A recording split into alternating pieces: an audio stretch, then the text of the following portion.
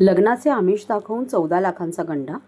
Social मीडियावरील ओळखीचे रूपांतर मैत्रीत झाले. त्यानंतर भामट्याने थेट लग्नाचे आमिष दाखवत मुंब्र्यातील एका महिलेला 14 लाखांचा गंडा घातल्याची घटना समोर आली आहे.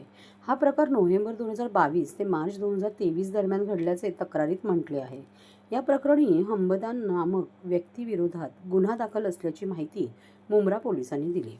मुंब्र्यातील 35 वर्षीय ही महिला बहिणीसोबत राहत असून ती उच्च शिक्षित आहे. त्यांच्या सोशल मीडियावर फसवणूक करणाऱ्या व्यक्तीने रिक्वेस्ट पाठवली होती.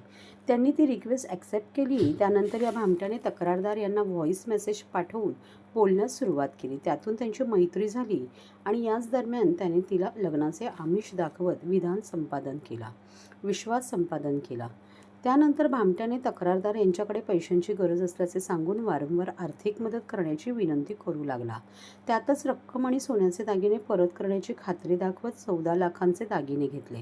तक्रारदार यांनी सोन्याचे दागिने परत करण्याची मागणी केली असता उडवाउडवीची उत्तर देत दमदाटी करू लागला. अशा प्रकारे त्याने त्या दागिन्यांचा अपहार करून तक्रारदार यांची फसवणूक केल्याचे तक्रारीत नमूद करण्यात आले आहे. या प्रकरणी पुढील तपास वरिष्ठ पोलीस निरीक्षक अनिल शिंदे यांच्या मार्गदर्शनाखाली सुरू आहे.